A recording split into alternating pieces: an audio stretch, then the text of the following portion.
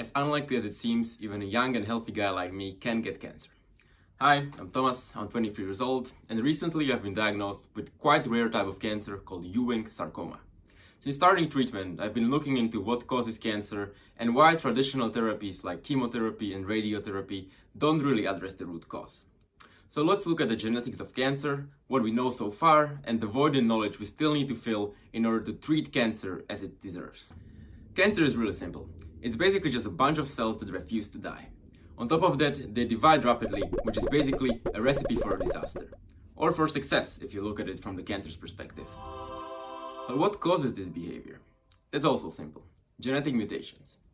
Depending on the type of cancer, we are looking at a handful or just a single genetic mutation that causes all the crazy behavior of cancer cells. In case of my cancer, the Ewing sarcoma, only a single genetic mutation is responsible for all the craziness.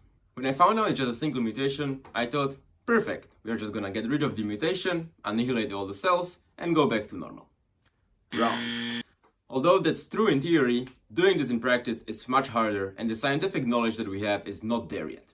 So let's look at what do we know and what we still need to find out in order to be able to do this. To understand the mutation in Ewing sarcoma, we need to first run down through a small review of genetics. Every eukaryotic cell, that's cells of fungi, animals, and plants, have a core, called the nucleus.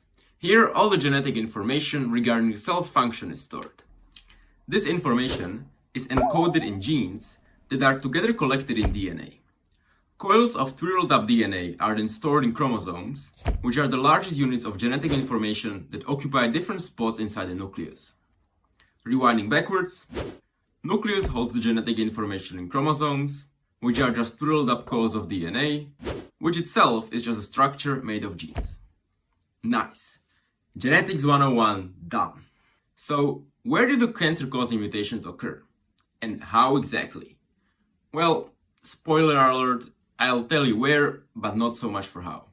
In every nucleus, there are 23 chromosomal pairs. Pairs because you have two parents.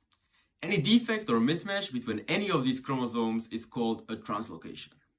Translocation is what causes the mutations. They may either be harmless or they may kill you, aka those translocations that cause the mutations that cause cancer.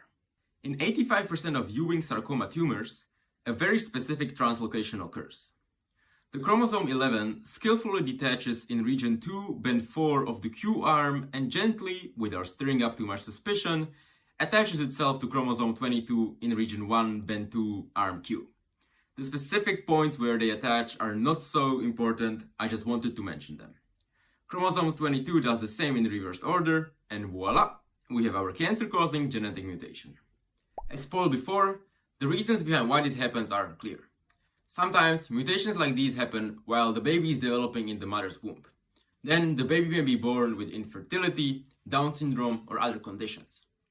However, in the case of Ewing sarcoma, the mutations happen during the course of your life. We know from the incidence rates of this particular cancer that it's more likely to occur in kids or adolescents.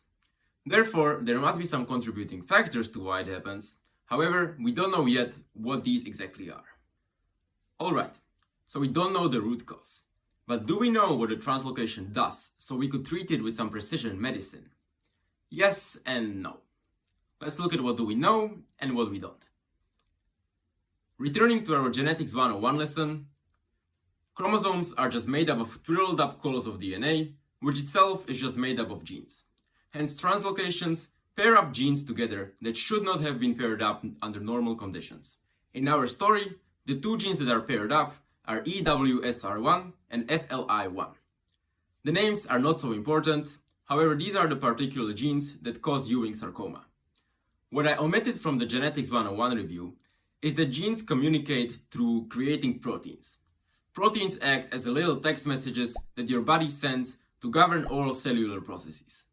When we fuse EWSR1 gene to the FLI1 gene, a new protein is created. We call this protein EWS/FLI1. Again, name not that important. This protein is like a text message written in a different language. Your body doesn't understand it, hence your immune system doesn't protect you against it, and it goes on creating cancer cells left and right. Alright, so we know what caused my cancer. Can we treat it? Well, as I alluded to before, not so fast, cowboy. Although we know exactly the genes that cause my cancer and the protein they induced, we still don't know how to treat it with precision medicine. What we lack is the array of inhibitors or antidrugs against the protein that is induced by the particular translocation, and the ways to deliver this antidrug right into the center of my tumor. Although mostly true, the two statements need some caveats.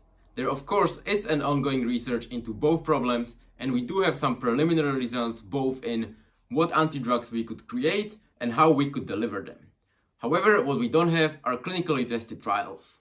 Clinically tested trials would allow us to use these new drugs in patients without being scared of causing them some weird side effects like growing a tail or a third eye. And that's where the whole idea basically stands and falls. We know exactly what caused my cancer, we know which genes are included, we know what protein they created, and we kind of understand how they are avoiding my immune system and causing my tumor to grow. However, we are still far away from treating it with precision medicines that it deserves. Hence, I hope this video inspires some of the viewers to go and pursue career in genetics and help me and plenty of other people with cancer treat it with the precision it needs. Thanks for watching. See you in the next one.